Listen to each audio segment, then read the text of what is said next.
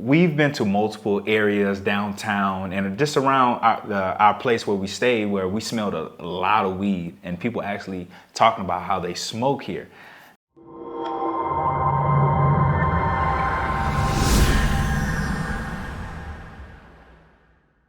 Shalom YouTube family, welcome back to the channel. If you're new here, welcome to the family. In today's video, we'll be discussing the things that shocked us about South Africa. Also on this channel, we'll be traveling throughout the continent to show you the real Africa. So if you like this type of content, don't forget to like, share, subscribe, and hit the notification bell. Let's get into it. So obviously we're in Johannesburg, so none of this stuff applies to everywhere else in South Africa because we haven't been yet. Hopefully we'll see some other places, but we're specifically talking about Johannesburg.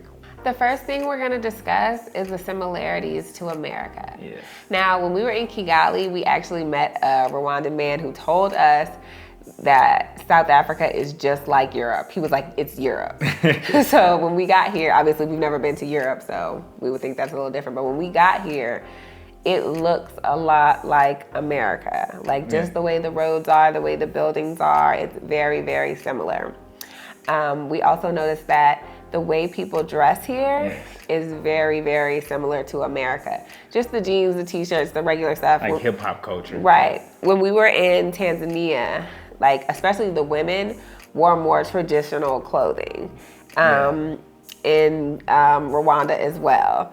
In Kenya, not so much. Kenya, they were wearing like jeans, t-shirts, stuff like that. But we weren't exactly sure how it was gonna be here. Now, one thing that shocked me was how a lot of people have open face goals. Now, where I come from, Louisiana, I seen that a lot. Mainly in like more of the hood areas, ghettos. You'll see a lot of black people with goals in their mouth. I think it was more of a thing like in the 90s in America, so older people tend to have that. Yeah, permanent. So I don't know if y'all have it permanent here, but it was like that. So that was a real surprise. It really reminded me of home seeing it. Also, another thing would be the tattoos. Now, us going around the continent, we really didn't see a whole bunch of people with tattoos in these countries that we've been to. Now here, I see so many different people with tattoos. Like everywhere you go is tattoo, tattoo, tattoo, and it's very similar to how it is in America. The last thing I want to talk about is the bucket hats. Now in New York City, you will see a lot of people with those bucket hats, and it came from like hip hop culture. You'll see the guys with bucket hats and Timberlands. You see that here in the inner city also. A lot of people's fashion includes having a bucket hat, so I felt like that similarity was a really cool one to see for sure. I think they call it here Expat or something like that. Don't quote me on that, I might be butchering it, but that's what they call it here in South Africa. So the next thing we're gonna discuss is the cost of living. So with the food, it's definitely good prices. It's definitely not as expensive as a lot of other places. It was shocking how much lower the prices are just because, like, for instance, in Tanzania, there's all these markets on the road where you can get cheaper stuff. But here, it's mostly grocery stores, and the grocery stores are where the things tend to be more expensive. But here, it doesn't really seem to be the case. Also, the electronics here. And when we were in Tanzania and places like that, they don't make those things there. They don't make a lot of electronics. So that stuff is being imported. So the cost of it is so much higher. So if you need like electronic devices, definitely getting them here in South Africa is cheaper. Yeah, for sure. Also, the housing is something that surprises. Now, our Airbnb that we're currently in is different from the one we spoke about in our last video. It's actually even cheaper. We're here for a month, and we was only spending $690. And I'm saying this place is a 2-bedroom, it's fully furnished, have everything that you need. And we didn't pay that at any other Airbnb in any other country that we stayed in. We paid almost double in these other countries. So that's saying a lot when it comes to the housing here. So next up, we're gonna talk about load shedding. Now, in our research, we did see this. We knew that there was an electricity situation out here. It was surprising though how many times it went out. Now, the first apartment that we were in that we discussed in the last video, it had a generator, so it would kick back on immediately, but it was still noticeable because the electricity would cut and then it like come back on. Yeah, maybe like 10, 15 seconds it would come back on. But it was shocking how many times it did it throughout the day.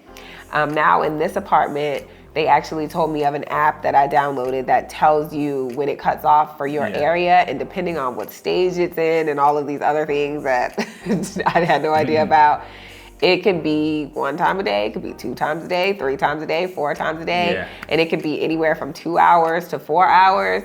So it can be an inconvenience for people that work from home, especially if you don't have, you know, portable chargers or something to keep your stuff charged. This place actually has a backup on the Wi-Fi, so the electricity goes out, but the Wi-Fi stays on, so we're still able to work, so it's not really that bad. But it was shocking that it goes out so much. And also, I thought it was strange that in the last apartment and in this one, they have electric stoves. Yeah. All the other places we've been in Africa have all had gas stoves. And just because there's load shedding and it cuts off all the time, it was shocking to me that it was electric, because I mean, obviously, the gas, you can still use it. Yeah. The next topic we want to get into is how weed is decriminalized here. So we've been to multiple areas downtown and just around our place where we stay, where we smelled a lot of weed, and people actually talking about how they smoke here. Now, what's shocking is in other countries, it's a huge deal if you get caught with weed out in public or just on your person. You can go to jail for a long time. Here, people do it so frequently and so just leisurely that it don't seem like the cops are just really enforcing it that much, like giving people serious time for it. So it just shocked me that so many people do it here. The next topic I want to get into is the liquor selection. Now, I'm not a heavier drinker or anything like that, but I don't drink at all. She doesn't. But I drink on occasions, and when I do drink, I usually want something that's really good. So being in these other countries, the liquor selection wasn't like it wasn't very good. I think the best liquor I've seen in these other countries is like Jameson or something like that. And that's not really a high-end liquor or top shelf liquor in like America or anywhere else I've been like that. Here, I mean, you get a serious selection like Glenlivet, just high-end scotches, Hennessy, like anything that you can want literally that you can find in America, you can find also here. And things that are aged 18, 20, 25 plus years. So that was a great thing to see. And so now I can just get the stuff that I actually want. And it's a great price also. The next thing we're gonna talk about is the size of the people. So the people here are bigger, not like fat, but like taller, like especially the men. They're like taller and more muscular. Yeah. Like when we were in Tanzania, the men are kind of shorter and skinnier. Like they're kind of, I would say, built like teenagers, like in America. So one time when we were in the hospital with our baby in Tanzania, I ran into this guy and he was like, "Oh, was that your husband?"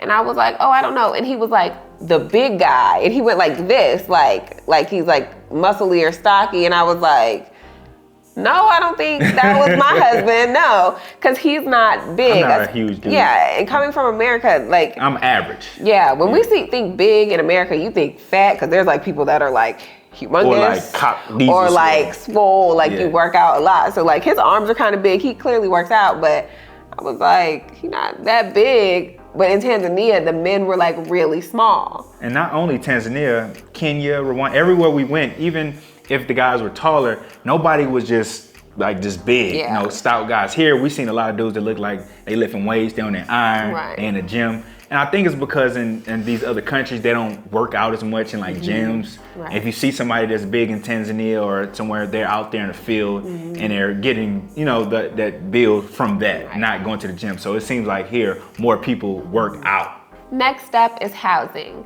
So we thought it was interesting that here you can pay for your stuff monthly. Like when we were in the previous apartment, they had signs around there about renting a place, and it was monthly payments. Yeah. When we were in like Tanzania, like they want you to do a 6-month lease. Like you need to and pay up front. And you have to do a negotiation with them. Like we negotiated and got like 3 months or whatever like that. But month to month is rare. Like they want the money now. They want to be paid for the duration of your stay at the beginning. So it was interesting to see that it's more like America here, that you're paying month to month and you don't have to drop that large amount of money at once. And I think that was every country we visited, not just Tanzania. And we've seen people talk about that like Ghana and stuff that haven't even paid longer for like up to a year. So it was just good that you had that option. Now, another thing when it comes to housing is they actually have places that have central air here. This is the only country that we've been to on the continent that has central air. We haven't seen it anywhere. So that was a pleasant surprise. and it's something that more developed nations obviously have, would be the central air. Obviously, I would say, you know, even in America, everybody doesn't have central air, depending on how old your home is, where you live, things like that. But like in like especially public buildings, like if you go to restaurants, malls, things like that, there's air like that. And even in like public buildings and like even government buildings, like especially like in Tanzania, they all had the little mini split units on the wall. So like a bunch of them throughout the building, like because you need a bunch of those. They go for like one room, but. Yeah, it was interesting to see that they had the central air here. The next thing I want to get into is business opportunity. Now, being that this nation is more developed, you would think that you would have less opportunities than you would, for example, in other African countries that might be less developed. But here, they still have a lot of opportunity to make money for business that haven't been started yet, that I've just seen alone that I think I can start. So if you're a person that want to come here for business and start a business, the opportunities are endless, and you have a chance to make a lot of money. So don't let South Africa being more developed deter you from wanting to come here and start a business. Unlike America, where a lot of the market is saturated right now, and it's a lot of business that's been around for hundreds of years, you don't see that as much here. So the last thing we're going to discuss is the weather.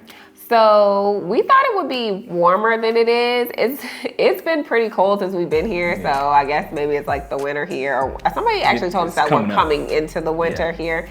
So it's been a lot cooler. We're gonna actually have to go buy some jackets, some winter clothes, because we've been in Tanzania and stuff. So it ain't been cold. It's getting cold here. Another thing that comes with that cold weather is the dryness. Like when I tell you my skin has felt so dry since we've been here, it's been terrible. Drier than anywhere else we've been, for sure. Like my lips, I don't know if y'all can see, I got some stuff on my lips right now. He done cracked his lip open in the same spot so many times. And just our skin, just everything has been a lot more dry since we've been here. Right. And even in like when we was in Rwanda and Kenya, it wasn't as dry. It was cool just like it is here, but I feel like it's a lot drier. So there was more moisture in the air. I feel like the air is dry here. So those are just some of the things that really surprised us coming here for the first time. And if you like this type of content, don't forget to like, share, subscribe, and hit the notification bell. Once again, thank you so much for being here with us. And as always, shalom. Shalom.